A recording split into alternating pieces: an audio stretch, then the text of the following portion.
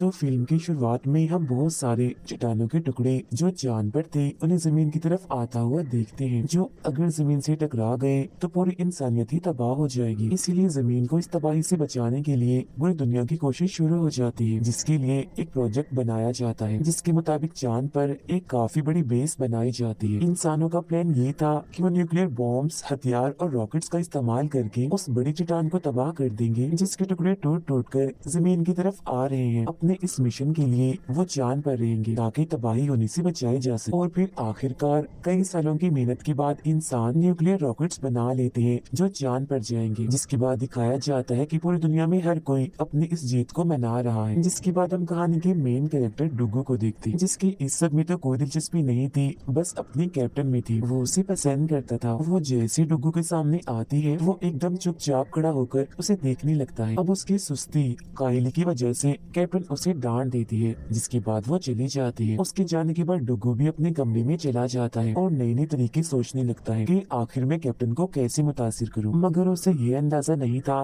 कि चट्टान के कुछ टुकड़े उनकी बेस की तरफ ही बढ़ रहे हैं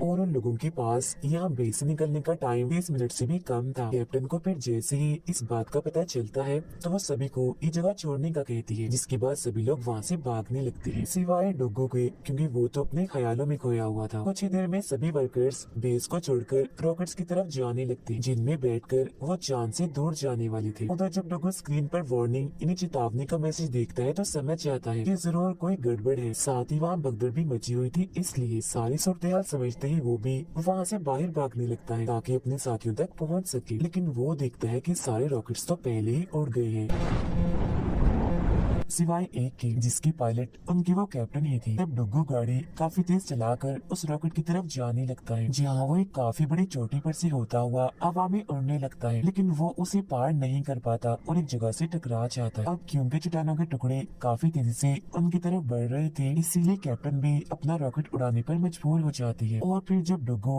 रॉकेट वाली जगह पर आता है तो उसे पता चलता है कि सब लोग उसे छोड़कर यहाँ से जा चुके हैं। जैसे ही वो सारे रॉकेट्स वहाँ से जाते हैं तो चट्टानों की बहुत सारे टुकड़े चांद की सतह से टकराने लगते हैं, जिससे सब कुछ तबाह होने लगता है। ये देख फौरन डुगू अपनी जान बचाने के लिए भागने लगता है, मगर तभी चट्टान का एक टुकड़ा उसके सामने पड़ जाता है, जिससे वो दूर जाके गिरता है। मगर किसी तरह वो इस धमाके से बचने में कामयाब हो जाता है। फिर तभी उसे वहाँ एक काफी बड़ा गड्ढा दिखता है, जिसमें छुपने के लिए वो उसकी तरफ भागता है। मगर फिर तभी एक और धमाका हो जाता है, जिससे वो हवा में उड़ता हुआ काफी दूर जाके गिरता है और बेहोश हो जाता है। मगर इस दौरान वो इस बात से अनजान था कि चांद पर चट्टान का एक काफी बड़ा टुकड़ा है जो तेजी से जमीन की तरफ बढ़ रहा है। फिर जब डुगू को होश आती है तो फौरन उठकर खड़ा हो जाता है और जमीन की तरफ देखकर अपने लोगों पर गुस्सा करने लगता है कि तुमने मेरा इंतजार भी नहीं किया और मुझे छोड़कर चले गए। लेकिन फिर बहुत जल्द उसे ये खबर हो जाती है कि एक काफी बड़ा चट्टान का टुकड़ा जमीन से टकराने वाला है। फिर कुछ देर के बाद जब वो टुकड़ा जमीन से टकराता है तो काफी बड़ा धमाका हो जाता है, जिससे हमारी पूरी दुनिया तबाह पर पात हो जाती है। ऐसा लग रहा था कि इंसानियत का खात्मा हो गया होगा, जिसके बाद जमीन बस एक जलता हुआ गोला ही लग रही, जो देख डुगू जो चांद पर अकेला रह गया था एकदम मायूस और नाउम्मीद हो जाता है। इसीलिए अब उसके पास वापस बेस में जाने के अलावा और कोई रास्ता नहीं होता। बेस में जाकर वो हर तरफ राब्ता करने की कोशिश करता है, मगर कहीं से भी उसे कोई जवाब नहीं आता, जिससे उसे एहसास हो जाता है कि वो बस अकेला ही इस दुनिया में रह गया है। जो सोच उसका दुख और बढ़ जाता है। साथ ही वो अपने मरने वाले साथियों को भी याद करने लगता है। अब यहाँ उसके पास इतना खाना था कि कम से कम उसकी मौत तक उसके लिए काफी था। जिसके बाद वो दोबारा से अपने ख्यालों की दुनिया में चला जाता है और सीधा जाता है कैप्टन के कमरे में, जहाँ उसे थोड़ा बहुत हौसला मिलता है। इसीलिए वो अपनी शेव करके अपने ख्याली दोस्त यानी कैप्टन के साथ खाना खाने लगता है। लेकिन इस दौरान उसे इस बात का पता नहीं होता कि जमीन पर किसी जगह कुछ लोग तबाही से बचने में कामयाब हो गए थे, मतलब वो जिंदा बच गई थी। जो स्क्रीन पर डुगू की ये उल्टी सीधी हरकतें देखकर परेशान हो रही थी, जिनमें प्रेसिडेंट भी शामिल था, जो कैप्टन से कहता है कि तुम डुगू की खबर हर जगह फैला दो ताकि वो लोग जो जिंदा है जिन्हें मुश्किलात का सामना करना पड़ रहा है उनमें एक उम्मीद पैदा हो।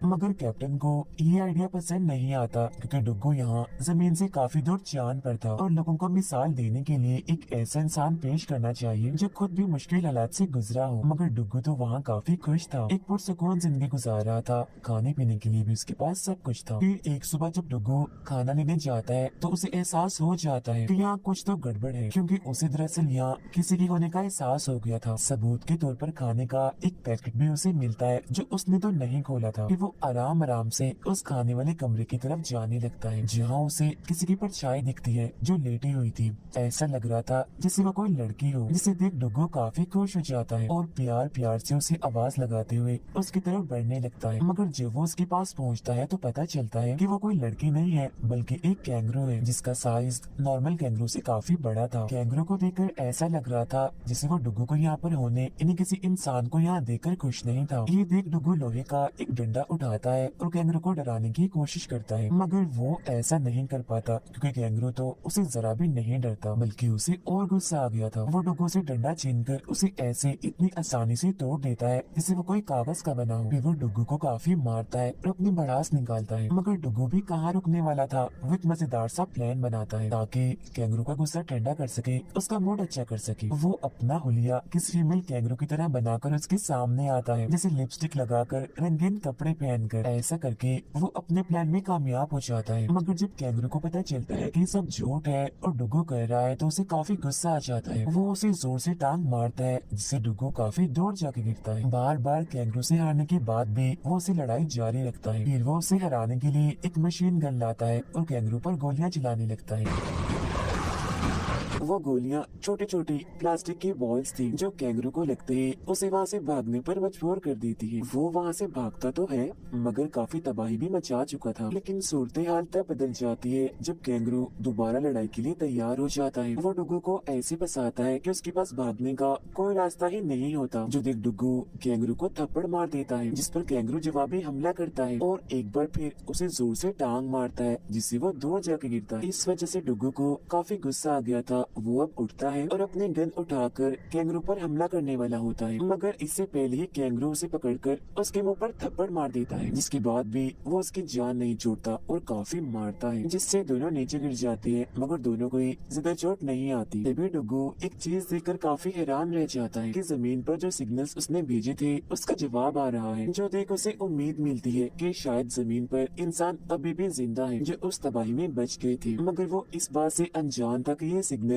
जमीन से नहीं बल्कि कैंगरू के डिवाइस पर दम लगने की वजह से आया है, क्योंकि उसे कोई भी अभी बचाने आने वाला नहीं था। वो लोग उसके लिए अभी स्पेसशिप नहीं भेज सकती थी। मगर इस सब से अनजान डुग्गू काफी खुश था और उम्मीद था, और कैंगरू को भी वो ये दिखाता है कि बहुत जल्द हम अपनी जमीन पर वापस चले जाएंगे। लेकिन कैंगरू तो एक बार फिर उसे थप्पड़ मारकर नीचे गिरा देता है। अब डुग्गू को यहाँ चांद पर रहते रहते 200 दिन हो गए थे, जहाँ उसने कैंगरू के साथ प्यार से रहना भी सीख लिया था। साथ ही ये प्लान भी बना लिया था कि वो कैसे यहाँ से वापस जा सकता है। फिर वो कैंगरू के साथ बेस से निकलता है और रास्ते में उसे बताता है कि एक स्पेसशिप अभी भी चांद पर मौजूद है जिसका इस्तेमाल करके हम यहाँ से निकलेंगे और अभी हम उसी के पास ही जा रहे हैं। बहुत जल्द ये स्पेसशिप के पास पहुँच जाती है और कैसे भी करके उसे लाने में कामयाब हो जाती है। डुग्गू फिर उसे ठीक करने में लग जाता है, उसके टूटे हुए सारे हिस्सों को बदलने लगता है। लेकिन फिर उसे एक बड़ी मुश्किल का पता चलता है, जो ये थी कि वो स्पेसशिप सिर्फ 20 पाउंड का वजन ही बर्दाश्त कर सकता था। इसीलिए स्पेसशिप को चलाने के लिए उन्हें अलग सिस्टम की जरूरत थी। तब डुग्गू को याद आता है कि न्यूक्लियर सिस्टम अभी भी चांद पर मौजूद है, जो इन्हें चाहिए था ताकि वो उसका सिस्टम और पेट्रोल हासिल कर सके। इसीलिए वो दोनों बाहर आकर दूसरी साइड पर बनी रिसर्च बिल्डिंग की तरफ जाने लगते हैं, जहाँ वो पूरा न्यूक्लियर सिस्टम मौजूद था।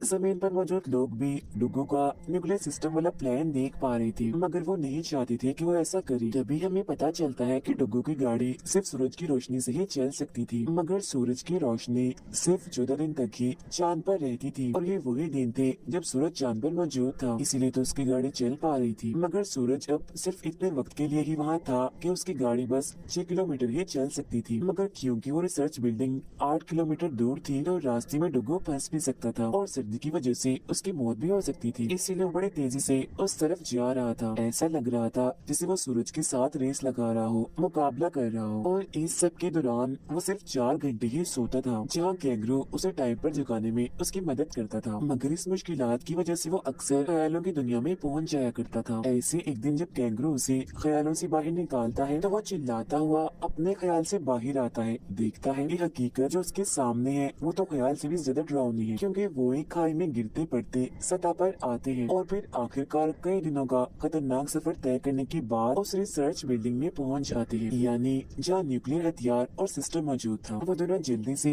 बिल्डिंग के अंदर जाकर बड़े ध्यान से आगे बढ़ते हैं। जल्द ही डुगू को वो न्यूक्लियर बॉम्ब मिल जाता है, जिसे वो नीचे उतारता है क्योंकि वो ऊपर लटका था। मगर तभी यहाँ कैंगरू को शैतानी सोचती है। वो कंट्रोल बटन को जोर जोर से दबाने लगता है, जिससे वो न्यूक्लियर बॉम्ब काफी तेजी से हिलने लगता है। इस बात से गुस्सा होकर डुगू उसे वैन में बंद कर देता है। फिर वो न्यूक्लियर सिस्टम और बॉम्ब लेकर वापस बेस की तरफ आने लगती है, जहाँ इस बीच उसे ये भी ख्याल नहीं रहता कि वैन उसकी गाड़ी से अलग हो गई है, जिसमें उसने कैंगरू को बंद किया था। फिर कुछ दूर जाने पर वो आराम करने के लिए एक जगह गाड़ी रोक देता है और अपने कैंगरू दोस्त को चेक करने के लिए बाहर आता है। मगर देखता है कि वैन तो उसकी गाड़ी के साथ है ही नहीं। और वो चाह तो रहा था अपने दोस्त को वापस लाने का, मगर सूरज डूबने की वजह से वो ऐसा नहीं कर पाता और उसे एक कठिन फैसला लेना ही पड़ता है कि वो उसे ढूंढे बगैर अकेला ही आगे बढ़ेगा। मगर फिर उसे ख्याल आता है कि वो मेरा दोस्त है, मैं उसे मरने के लिए नहीं छोड़ सकता। इसीलिए वो अपनी गाड़ी घुमाता है और बगैर अपनी जान की परवाह किए अपने दोस्त के पास जाने लगता है और आखिरकार वो उस तक पहुंच ही जाता है। वो जैसे ही दरवाजा खोलता है तो कैंगरू उसके गले लग जाता है और प्यार में उसे चाटने लगता है। जिसके बाद बेस की तरफ दोबारा से वो अपना सफर शुरू करते हैं और कोशिश भी कर रहे थे कि उन्हें नींद ना आए, मगर सूरज मुसलसल उनसे दूर जा रहा था। उसे अपनी आंखों से वो डूबता हुआ देख रहे थे, जिससे जाहिर है इनके जिंदा रहने की चांसेस भी खत्म हो रही थी। तब कैंगरू मायूस होकर डुगू की तरफ देखने लगता है। तब डुगू अपना दिमाग लगाता है। वो सूरज की रोशनी जो महफूज की हुई थी उसे बचाने के लिए हीट बंद कर देता है, मगर उसका ये प्लान कामयाब नहीं हो पाता क्योंकि रास्ते में ही उनकी गाड़ी रुक जाती है। मुसीबत उनके लिए बढ़ती ही जा रही थी क्योंकि अभी भी वो अपनी बेस से काफी दूर थे। सांस लेने के लिए भी उनके टैंक्स में अब सिर्फ 3 घंटों की ऑक्सीजन बाकी थी। तब मायूस होकर डुगू बाहर आ जाता है क्योंकि अब उसकी मौत भी करीब थी। मगर फिर जब वो बाहर बैठा था तो कैंगरू को देखकर उसे ख्याल आता है। वो अपनी गाड़ी के दरवाजे तोड़कर औजारों का इस्तेमाल करता है और एक स्लेड बनाता है, जिसे अक्सर बर्फ में खींचने के लिए भी इस्तेमाल किया जाता है। डुगू उसकी रस्सी कैंगरू के साथ बांधकर खुद स्लेड पर चढ़ जाता है। फिर कैंगरू तेजी से भागता हुआ आगे बढ़ रहा था और ये लोग भी अपनी मंजिल अपनी बेस की तरफ तेजी से बढ़ रहे थे। लेकिन तभी उनके सामने एक काफी बड़ी खाई आ जाती है। तब डुगू कैंगरू को बगैर डरे छलांग लगाने का कहता है, जिसके बाद दोनों जल्दी हवा में उड़ने लगती है। जिस दौरान डुगू अपने गैस टैंक को खोल देता है और किसी हीरो की तरह हवा में वो और ऊपर उड़ने लगते हैं और आखिरकार उस खाई को पार कर लेते हैं। जिसके बाद वो दोनों न्यूक्लियर बॉम्ब और सिस्टम को बेस तक लाने में कामयाब हो जाते हैं। वो इस वजह से खुश हो रहा था, मगर उसे इस बात का पता नहीं था कि एक और चट्टान का टुकड़ा उनकी तरफ ही बढ़ रहा है। फिर जब वो रॉकेट को चलाने का सोचता है तो देखता है कि जमीन पर से दोबारा सिग्नल्स आ रहे हैं, जो देख उसकी खुशी का तो कोई ठिकाना ही नहीं रहता। लेकिन जब वो कैंगरू को सिस्टम की तारों के साथ खेलता हुआ देखता है तो उसे पता चलता है कि सिग्नल्स असली नहीं है बल्कि झूठे हैं, और जो पहले वाले थे वो भी कैंगरू की दम की वजह से पैदा हुए थे। जो देख वो काफी दुखी और मायूस हो गया था क्योंकि उसे यही लगने लगता है कि इस दुनिया में मेरे अलावा और कोई जिंदा नहीं है। मैं इकलौता ऐसा इंसान हूँ जो जिंदा हूँ। अब डुगू के चेहरे पर ये मायूसी जमीन पर मौजूद सब लोग भी देख लेते हैं और फैसला करते हैं कि हम डुगू को ये बताएंगे कि वो अकेला नहीं है बल्कि हम भी हैं। इसीलिए सब लोग एक जगह इकट्ठा होकर अपनी अपनी लाइट्स का रुख चांद की तरफ कर देते हैं। फिर जब डुगू ये नजारा देखता है तो उसे अपनी आंखों पर यकीन ही नहीं आता कि इंसान तो सच में जिंदा है। जो देख वो जज्बाती होकर रोने लगता है। वो अपने सिस्टम को ठीक करता है, जिससे अब वो जमीन पर अपने साथियों और दोस्तों को देख पा रहा था, जिनमें उनके कैप्टन भी शामिल थे जिसे वो पसंद करता था। इसके बाद सब लोग मिलकर काम करने लगते हैं ताकि वो स्पेसशिप को दोबारा से बना सके और डुगू को वापस ला सके। जहाँ बहुत जल्द वो अपने इस प्लान में कामयाब हो भी जाते हैं। इन स्पेसशिप वो बना लेते हैं। उधर वो दोनों भी जमीन पर जाने के लिए तैयार थे। वो यहाँ से निकलने की तैयारी करते हैं, मगर उन्हें पता नहीं था कि चट्टान का एक और टुकड़ा जमीन की तरफ बढ़ रहा है। पर इसके बाद डुगू अपने अपने रॉकेट की तरफ बढ़ता है, जो देख सभी लोग काफी खुश हो जाते हैं और जश्न मनाने लगते हैं। इसी दौरान डुगू अपने रॉकेट को उस स्पेसशिप के साथ जोड़ने में भी कामयाब हो जाता है, जो जमीन वालों ने भेजा था। मगर जैसे ही वो उसे उड़ाने लगता है तो कैप्टन को एक बुरी खबर मिलती है। एक दूसरा चट्टान का टुकड़ा जमीन की तरफ बढ़ रहा है, क्योंकि वो जो बड़ी चट्टान थी ये उसका काफी बड़ा हिस्सा था जो उससे अलग हो गया था और जमीन की तरफ बढ़ रहा था। ये जानकर लोगों को एहसास होता है कि इस वक्त अगर कोई हमें बचा सकता है तो वो डुगू है, क्योंकि उसके पास न्यूक्लियर बॉम्ब मौजूद है। मगर इसका मतलब डुगू की मौत थी, क्योंकि जमीन वालों को बचाने के लिए उसे खुद की कुर्बानी देनी पड़नी। इस मिशन के बारे में जब कैप्टन डुगू को बताती है तो फौरन ही मान जाता है, ये जानते हुए भी कि मुझे खुद को कुर्बान करना है। डुगू फिर एक छोटी स्पेसशिप में कैंगरू को छोड़कर उसे गुड बाय करता है, उसका शुक्रिया अदा करता है कि तुमने इतने कठिन वक्त में मेरा साथ दिया, तुम मेरे बहुत अच्छे दोस्त हो। जिसके बाद वो बटन दबाता है और कैंगरू को जमीन की तरफ भेज देता है। मगर वो उसे देखकर रोने लगता है, क्योंकि उसे पता था कि मैं आखिरी बार अपने दोस्त को देख रहा हूँ, अब के बाद हम कभी नहीं मिलेंगे। दोनों एक दूसरे को देखकर काफी जज्बाती हो रहे थे और ये काफी दुखी सीन था।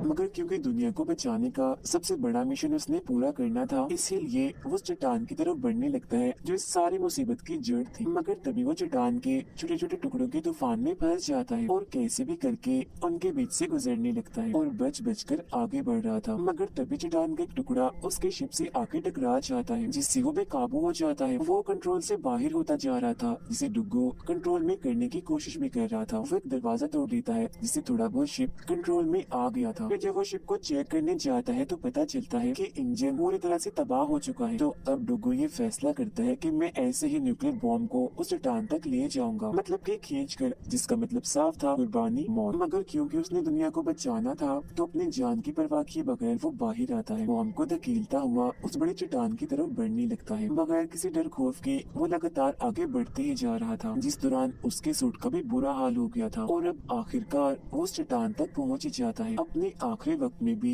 वो कैप्टन के बारे में ही सोच रहा था, जिसके फौरन ही बाद डुगू समेत वहाँ एक काफी बड़ा धमाका होता है और वो चट्टान पूरी तरह से तबाह बर्बाद हो जाती है, जिससे जाहिर है डुगू की भी मौत हो जाती है। इसके बाद हम देखते हैं कि जमीन के सारे लोग बाहर आकर आसमान की तरफ देखने लगते हैं और डुगू के हौसले और कुर्बानी को याद करके उसकी तारीफ करने लगती है। वो उसे हीरो कह रही थी, क्योंकि उसने खुद को कुर्बान करके इंसानियत को बचा लिया था। फिर कई सालों के बाद इंसान जमीन को पहले की तरह ही आबाद कर लेते हैं, जहाँ कैंगरू को भी साफ सुथरे माहौल में अपना घर दोबारा मिल जाता है।